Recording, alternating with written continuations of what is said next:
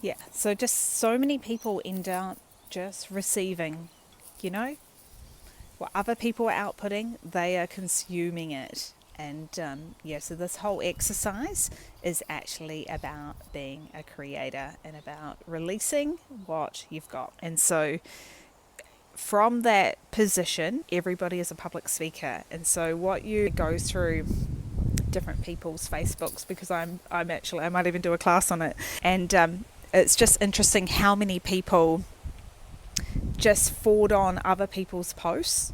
And so, you know, when I get a friend request, I'll just quickly flick in there and have a look. And if it's just a whole lot of forwards of like someone else's thought leadership or somebody's ideas, it waters down their authority or their, I don't know who they are. I can't easily see what do they believe, what do they create. And it literally takes 5 minutes to write something natural and authentic or to make a video.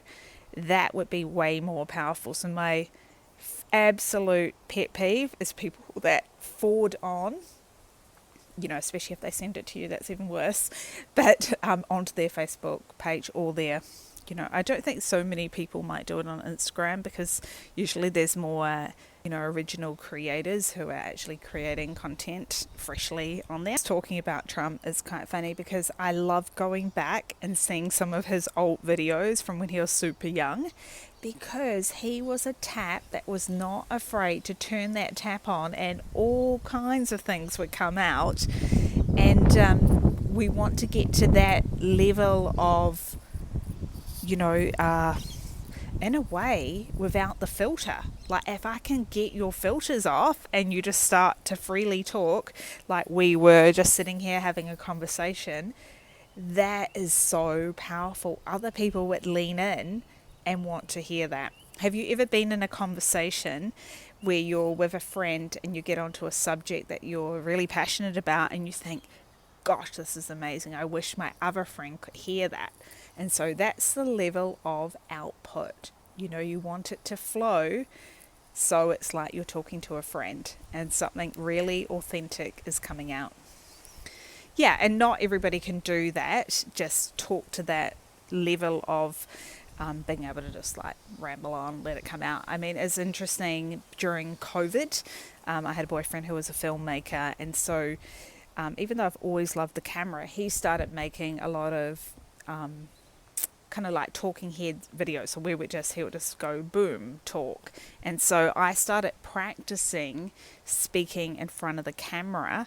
And it's quite funny going back and watching some of these old videos. Some of them are really cringy and I just freeze up. And so it's the same if the camera's on or not on. The more you can get confident just sharing, like, what are your opinions? What do you think about different topics? But don't do it through the filter of somebody else's, like forwarding something that someone else said. You come up with the ideas and you write something that's original. So, of course, our voice is so important. It is so needed. And somebody said that to me probably about 7 years ago. They said, well, actually, they were using the story of Queen Esther. And Queen Esther in the Bible, she had she had a name change and an identity change, and she had to stand up and speak to save her people. And you might not be saving your family or anything by speaking, but your voice is needed, and you won't know what it is that you've got to say until you actually put yourself in a position where you can grow into that thought leadership. So I want you to think about your very, you know, favorite friend, perhaps that comes over to your house. Maybe they sit at your bench and you love hearing them speak. You love to kind of hear their stories, what they're up to. I mean, they can just be talking about any topic and you could just listen to them for hours. I want you to think that is the level of flow. So when you turn on your tap, I want you to just flow.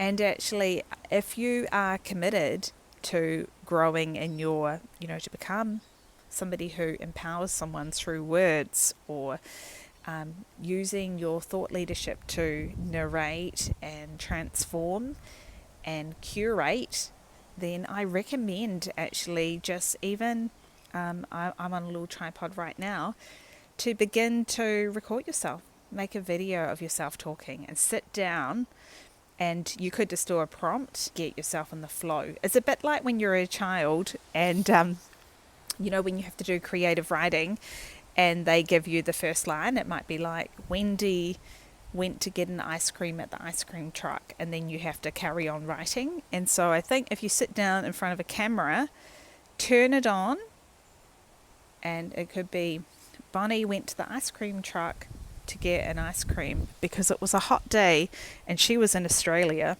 and she had been swimming today, and she heard the Wendy's ice cream truck, that's what it is in New Zealand, I don't know what it is in Australia, outside on the road. So she wandered outside to get herself a nice soft serve white ice cream. And the reason she loves ice cream, I'm just being pretty silly right now, is because she grew up in Auckland, New Zealand, and eating those ice creams as a little girl was very transformative, and because it gave her independence to leave the house without her parents and go and buy an ice cream. Anyway, that is a little silly example of being able to get into the flow. So do you know that the people who, have the biggest influence, the biggest platform, are people who have spoken? They have opened their mouth and they have shared their ideas with the world. They have been in front of a camera and they've opened their mouth, or they've written a book, but they have contributed. They have turned on the tap and let it out. When you know that you're somebody who needs to turn that tap on, it's a bit like if you're a writer or something like that, absolutely everything will stop you. Your tech won't work, you won't be able to find a pen, or your pencil will break if you're a writer. And it's the same thing if you're a speaker. Speaking is absolutely enormous power. The fact that we can open our mouths and we can freely speak is incredible. The world needs to hear what you've got to say. The world needs to hear your thoughts. The world needs to hear your voice. And there's a business person, and they talk about how your voice has a personality, and it's a bit like a fingerprint. No one else has the exact voice, the vocal cords, the vocal length as you do. Yeah, so it's interesting. I've probably spoken about this before, but I ended up getting singing lessons, a few years ago. And because I didn't know that I could sing, but people had, encouraged me to do this. And I really did it to disprove and be like, I actually can't sing. So I got the singing lessons. And the vocal coach was somebody who would train people for like America's Got Talent. His name was Paulie.